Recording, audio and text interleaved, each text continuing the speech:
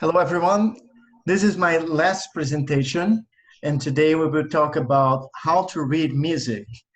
So this is not necessarily one of my most interesting topics ever discussed, but this is the most important knowledge that may be shared with someone who is starting to understand music. And I will think about you guys like if you were all freshmen, okay? Just let me stop sharing because no, I don't need sounds this time. I have my keyboard, so that's okay. Let's move on. So as you know, this is the keyboard. We have white keys and we have black keys. We have talked about how you can refer to each tone as a letter of the alphabet, A, B, C, D, E, F, G. So for example, here we have C. I know C is here because it's L-shaped. If C is here, I have A, B, C, D, E, F, G.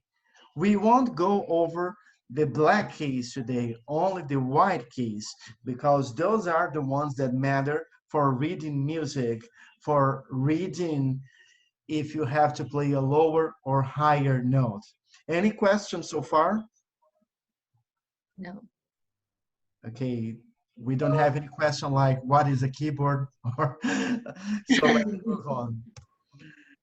As I said, the keyboard means that we have A, B, C, D, E, F, G several times. We have 7 different tones in the white keys, and then they repeat over and over and over again. This is the typical musical sheet or staff. The staff is made of lines and spaces. We have 5 lines and we have 4 spaces. Each line and each space represents a tone, represents a sound, represents one of the keys of a keyboard. So each one of these keys here may be shown in the lines and spaces of the typical staff. Maybe not all of them, because the keyboard may be really big, but most of them may be easily shown here. So when we read music, we think about movement. We think about going to lower or higher notes. When we are moving to higher notes, and this means that in the keyboard, we are going to the right side. Check my arrow. We're going this way. In the staff or the music sheet, we are going higher. So moving higher is the same than in a keyboard moving to the right side. When we are moving down, we are moving from higher sounds to lower sounds. And in the keyboard, this means we're going this way. We're going to the left. So going down means you are going this way in the keyboard. Any questions so far? No. Okay. So sometimes we may go high or low, not moving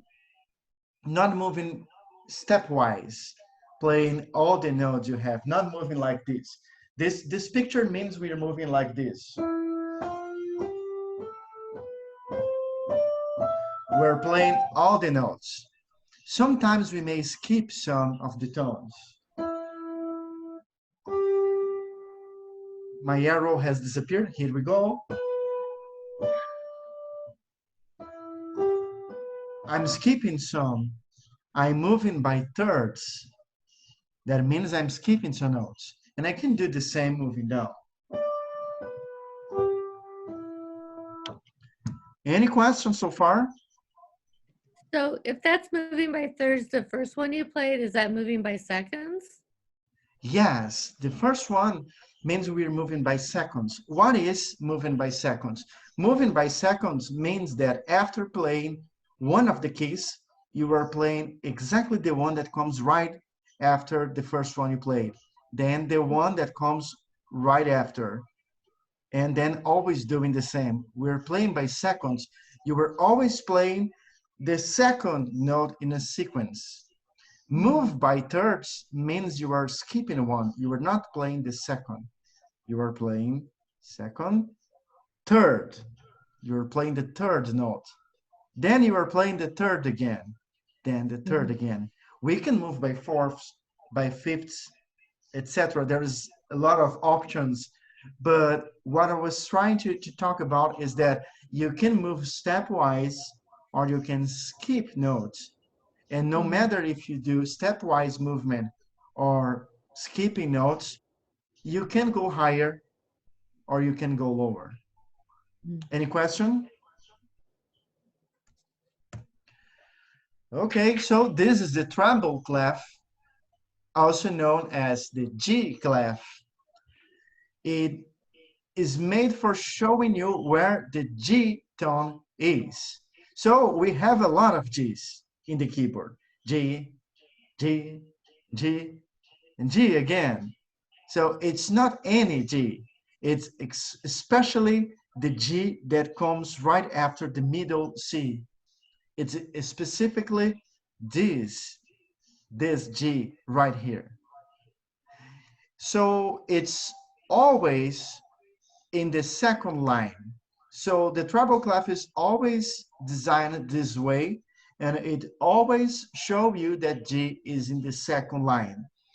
There's also the bass clef, and there is the C clef, but the treble clef is the most used one, and it's specifically used for instruments that play higher notes. So for a piano player, for example, we need to use two clefs at the same time. We need to use the treble clef most of the times for the right hand and the bass clef most of the times for the left hand. A trumpet player would use only the treble clef. Any questions so far? Okay, now we're going to the most important part of all. How to read the treble clef. If this second line here is G, so what is happening here? Who knows? Who can answer this one? Which tone is this one here? This one. Second. A. A, exactly. If this is G, this is A. If this is A, what is this one here? I skipped one.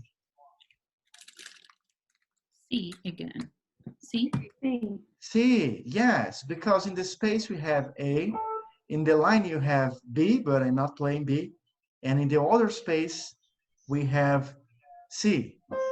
So this one is C, and you have C again. If we have two notes in the same place, it's the same note. And this one is D. This one here is moving down. So we start from G. If this one is G, what is going on here? F.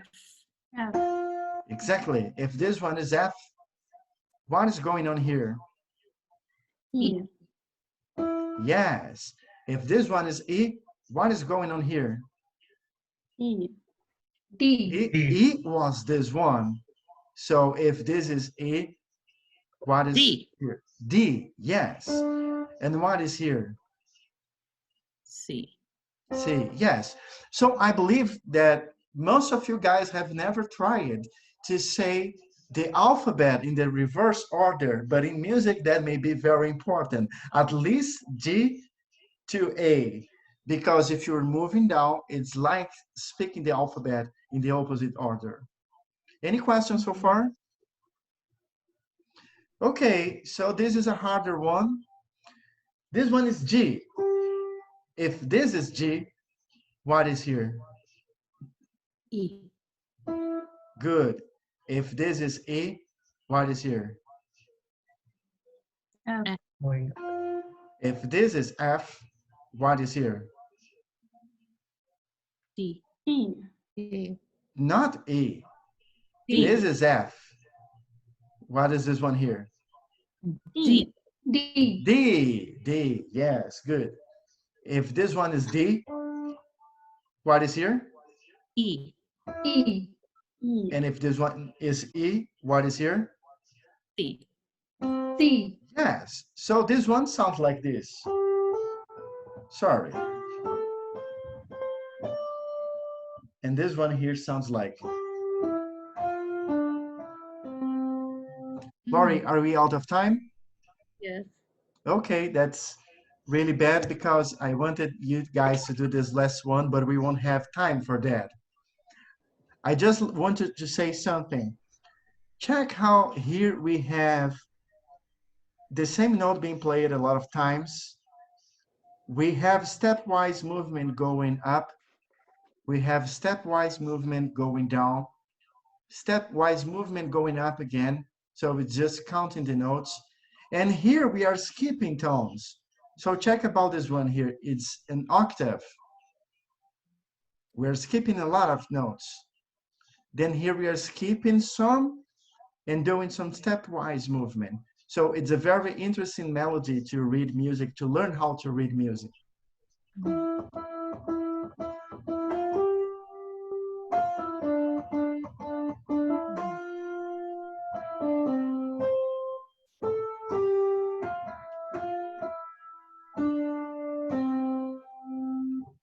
Aw.